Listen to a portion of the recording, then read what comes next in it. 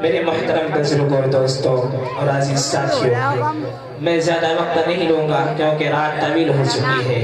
آج شب برات کی رات ہے۔ میں سیدھے سیدھے اپنے پیغام تک پہنچ رہا ہوں۔ حدیث پاک میں آتا ہے کہ آپ صلی اللہ علیہ وسلم کی زوجہ اول ام المؤمنین حضرت خدیجہ الکبریٰ رضی اللہ تعالی عنہا نے 65 سال کی عمر میں ہجرت سے 3 سال پہلے وفات پائی۔ ان کے بعد محبوب مغموم رہتے تھے، چنانچہ مدینہ تشریف لائے۔ نبی علیہ السلام کو جبرائیل علیہ السلام نے سیدہ عائشہ صدیقہ رضی اللہ تعالی عنہ کی تصویر دکھائی اور کہا، اے اللہ کے نبی، اللہ تعالیٰ نے عائشہ کو پسند فرمایا ہے، آپ کو قبول ہے۔ اللہ کے نبی صلی اللہ علیہ وسلم ارشاد فرمایا، یہ لڑکی کون ہے؟ پتہ چلا سیدنا صدیق اکبر کی بیٹی عائشہ ہے۔ اللہ کے نبی صلی اللہ علیہ وسلم کا نکاح حضرت عائشہ سے ہو جاتا ہے۔ آپ نے ان کی کنیت ام عبداللہ رکھی۔ جب عبداللہ ابن زبیر اپنے بھانجے کو لے کر آپ کی خدمت میں تشریف لائیں تو پیار سے کو حمیرہ کے نام سے پکارتے تھے۔ چنانچہ مشہور تابعی عطا ابن ابی رباح رحمت اللہ علیہ فرماتے ہیں کہ سیدہ عائشہ صدیقہ رضی اللہ تعالی عنہ اپنے علم میں اور حسن میں تمام ازواج پر سبقت رکھتی تھی، بلکہ امام زہری رحمت اللہ علیہ نے فرمایا کہ ساری ازواج مطہرہ کا علم کو جمع کیا جائے، سیدہ عائشہ صدیقہ رضی اللہ تعالی عنہ کا علم جمع کیا جائے، اس سے بھی زیادہ بڑھ جائے۔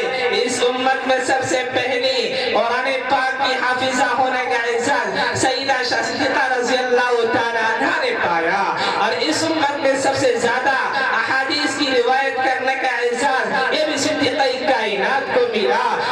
2210 حدیثیں روایت کی ہے۔ چنانچہ ایک مرتبہ جبرائیل علیہ السلام آئے اور انہوں نے نبی علیہ السلام کی خدمت میں کہا، اے اللہ کے نبی، اے اللہ کے نبی، اللہ تعالیٰ نے عائشہ صدیقہ کی طرف سلام بھیجے ہیں۔ سبحان اللہ، سبحان اللہ، ان کو اللہ رب العزت کے ساتھ اتنی محبت تھی۔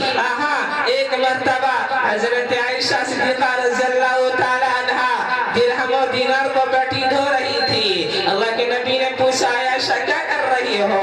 تو جواب دیا، اے اللہ کے نبی درہم و دینار کو دھو رہی ہو۔ پوچھا کس لیے؟ تو فرمایا، اے آقا، آپ کی زبان مبارک سے یہ باتیں سنی ہیں، جب کوئی آدمی اپنا مال اللہ کے راستے میں کسی فقیر کو دیتا ہے تو فقیر کے ہاتھوں میں پہنچنے سے پہلے اللہ رب العزت کے ہاتھوں میں پہنچ جاتا ہے۔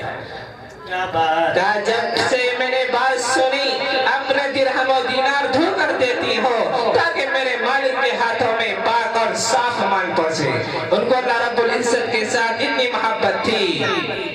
اللہ رب العزت کی بھی مشیت ہوتی ہے۔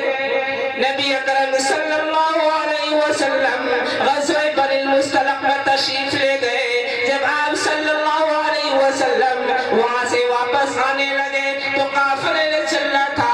قافلے کے لوگ جیسے جیسے تیار ہوتے رہتے، چلتے رہتے تھے، سینکڑوں نہیں بلکہ ہزاروں اونٹ ہوتے تھے، چلتے ہوئے بھی گھنٹوں لگا کرتے تھے۔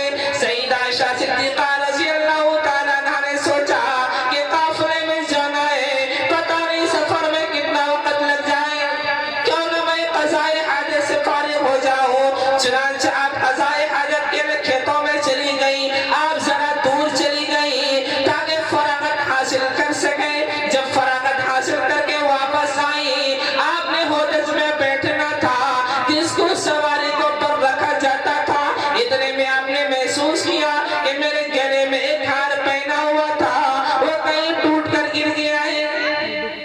آپ نے سوچا تو ابھی روانہ ہونے میں وقت ہوگا، میں جا کر ہار دیکھ لیتی ہوں۔ چنانچہ ہار ڈھونڈنے کے لیے واپس تشریف لے گئے۔ پیچھے جو صحابہ کرام رضی اللہ تعالیٰ عنہم اجمعین تھے، انہوں نے سوچا کہ حضرت عائشہ صدیقہ رضی اللہ تعالیٰ عنہ تشریف تو لے آئی تھی، لہٰذا حضرت عائشہ صدیقہ رضی اللہ تعالیٰ عنہ کی عمر بھی کم تھی اور وزن بھی کم تھا، 4-5 آدمی اٹھانے والے تھے، تو ان کو پتہ بھی نہ چلا کہ اندر بیٹھی ہوئے یا نہیں۔ اب پتلا دبلا آدمی ہو، پتلا